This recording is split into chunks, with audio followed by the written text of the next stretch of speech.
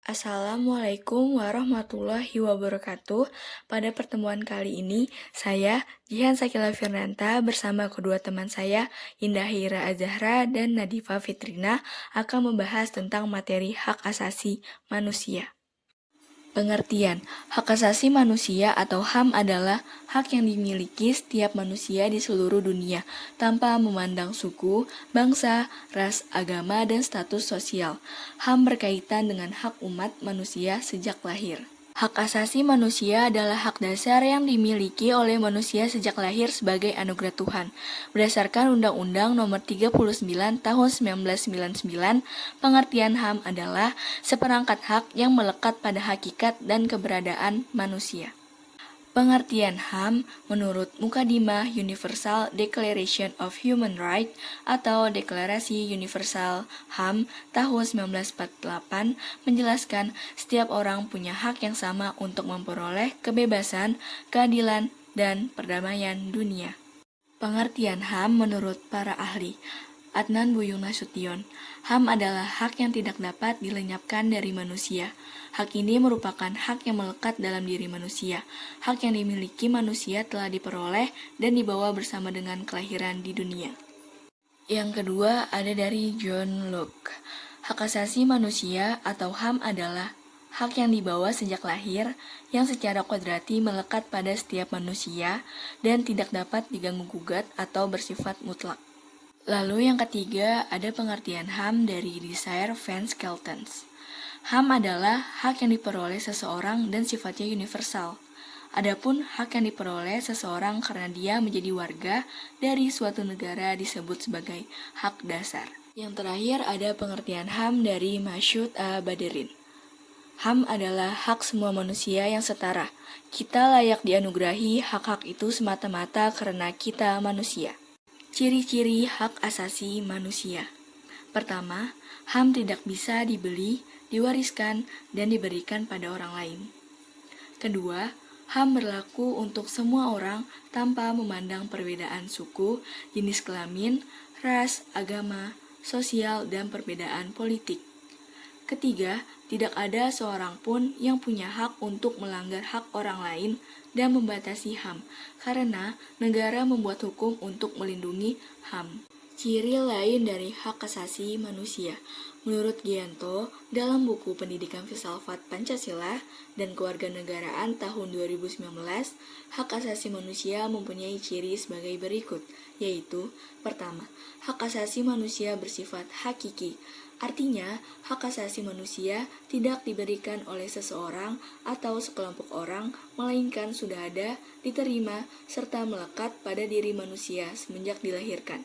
Hak asasi manusia selalu dibawa dan dipegang oleh manusia, sehingga tidak bisa direbut atau dihilangkan. Kedua, hak asasi manusia bersifat universal.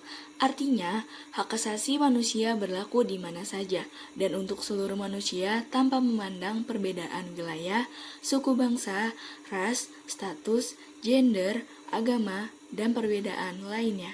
Ketiga, hak asasi manusia bersifat tetap. Artinya, hak asasi manusia tidak bisa dicabut oleh siapapun. Hak asasi manusia juga tidak bisa diserahkan, karena selalu melekat pada diri tiap manusia. Lalu yang terakhir, hak bebas memeluk agama. Sama seperti hak lainnya, manusia juga memiliki kebebasan untuk memeluk agama sesuai dengan kepercayaannya masing-masing, tanpa adanya unsur paksaan. Pelanggaran hak asasi manusia. Pasal yang memuat pelanggaran HAM adalah Undang-Undang Nomor 39 Tahun 1999. Pasal tersebut menjelaskan pelanggaran HAM adalah setiap perbuatan seseorang atau kelompok termasuk aparat negara, baik sengaja atau tidak membatasi, mengurangi, dan mencabut HAM. Ada beberapa faktor pemicu terjadinya pelanggaran HAM di masyarakat. Mengutip dari buku Explore Pendidikan Pancasila dan Kewarganegaraan Jilid 2 untuk kelas 11, faktor penyebab terjadinya pelanggaran HAM antara lain: pertama, adanya kesenjangan sosial antara masyarakat. Kedua, rendahnya toleransi dan tenggang rasa antar masyarakat. Ketiga, kurangnya pemahaman dan penegakan mengenai hak asasi manusia. Keempat, lembaga penegak hukum kurang bekerja secara maksimal untuk mengusut pelanggaran HAM. Contoh hak asasi manusia. Pertama, hak pendidikan. Setiap anak berhak menempuh pendidikan sesuai dengan jenjangnya. Misalnya, mulai dari SD hingga SMA atau SMK. Anak juga berhak memperoleh pendidikan yang layak dan sesuai dengan yang diinginkan tanpa adanya paksaan. Selanjutnya ada hak hidup. Tiap manusia berhak berkeluarga, melanjutkan keturunan, dan memperoleh manfaat dari ilmu pengetahuan dan teknologi. Hak hidup juga termasuk perlindungan dari segala bentuk tindakan kekerasan, perbudakan, serta diskriminasi. Kemudian ada hak mengeluarkan pendapat. Manusia juga memiliki kebebasan untuk mengeluarkan pendapatnya. Cara penyampaian pendapat ini harus dilakukan sebaik mungkin dan menaati peraturan yang berlaku. Hak kebebasan berpendapat ini menjadi hak dasar yang dimiliki oleh setiap manusia. Tidak boleh ada pihak yang menghapus atau mengambil hak tersebut. Lalu yang terakhir ada hak bebas memeluk agama. Sama seperti hak lainnya, manusia juga memiliki kebebasan untuk memeluk agama sesuai dengan kepercayaannya masing-masing, tanpa adanya unsur paksaan.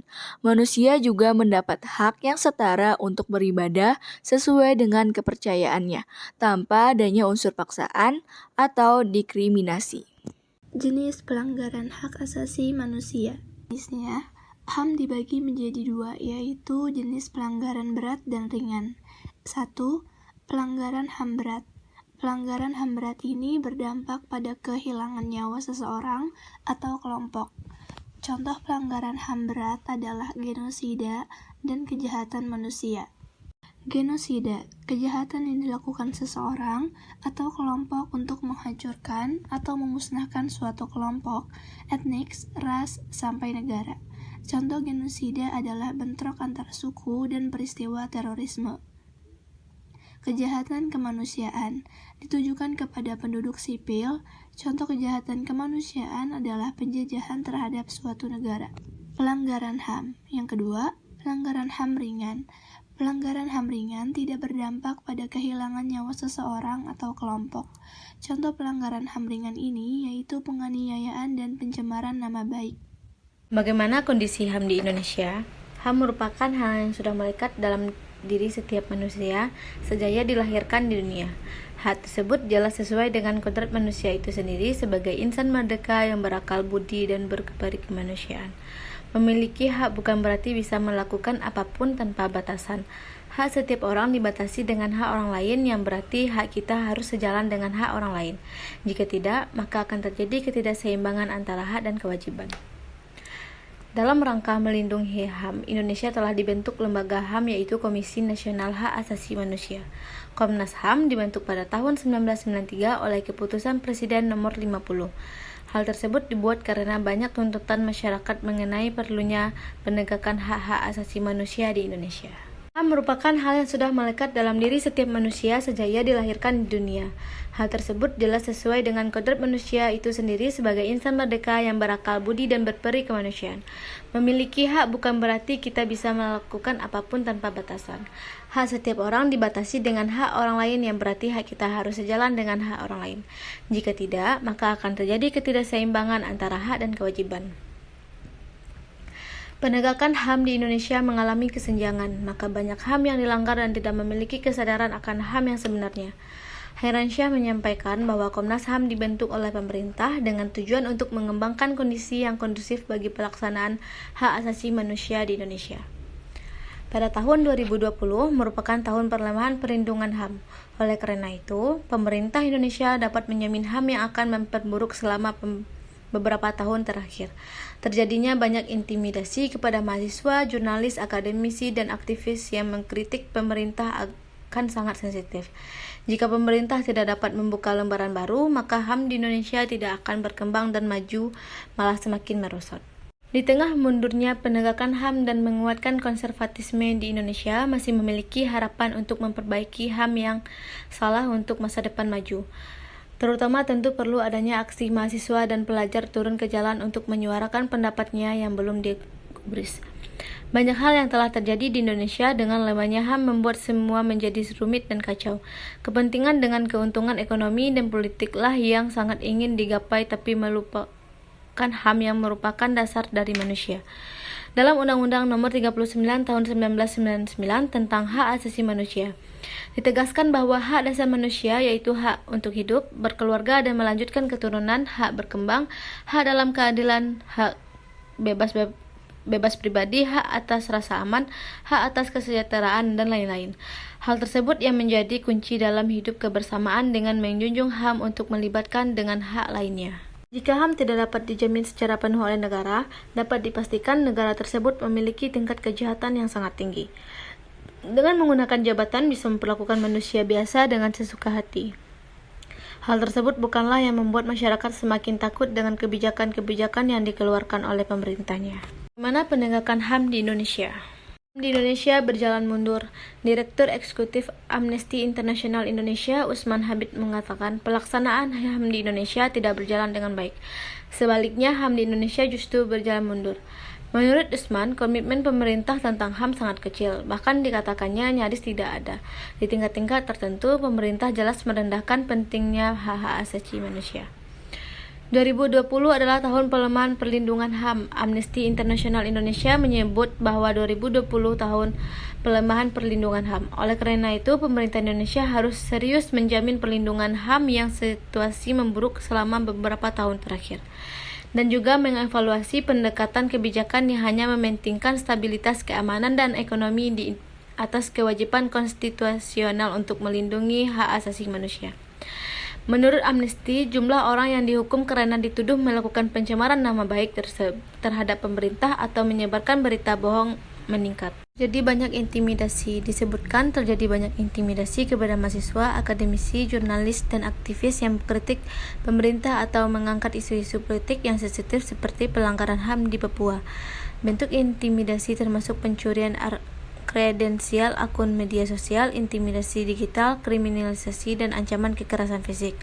Penerapan sewenang-wenang atas Undang-Undang Informasi dan Transaksi Elektronik, Undang-Undang ITE, dan Kitab Undang-Undang Hukum Pidana atau KUHP menjadi salah satu ancaman terbesar kebebasan berekspresi. Mengapa HAM di Indonesia belum bisa diterapkan secara maksimal? Hal ini dikarenakan masih banyaknya warga negara Indonesia yang masih kurang sadar tentang penegakan hak asasi manusia dan kurangnya pemahaman tentang hak asasi manusia. Dalam penegakan HAM di negara Indonesia terdapat beberapa hambatan yang disebabkan oleh berbagai aspek, adapun diantaranya kondisi sosial budaya. Salah satu faktor terhambatnya penegakan HAM di Indonesia adalah kondisi sosial budaya. Hal ini tidak terlepas dari kondisi Indonesia yang berupa negara faktor penghambat penegakan HAM di Indonesia, faktor aparat dan penindakannya, faktor perangkat perundangan, faktor komunikasi dan informasi, faktor kebijakan pemerintah. Sekian presentasi dari kelompok saya, terlebih terkurang saya mohon maaf. Saya akhiri dengan Assalamualaikum warahmatullahi wabarakatuh.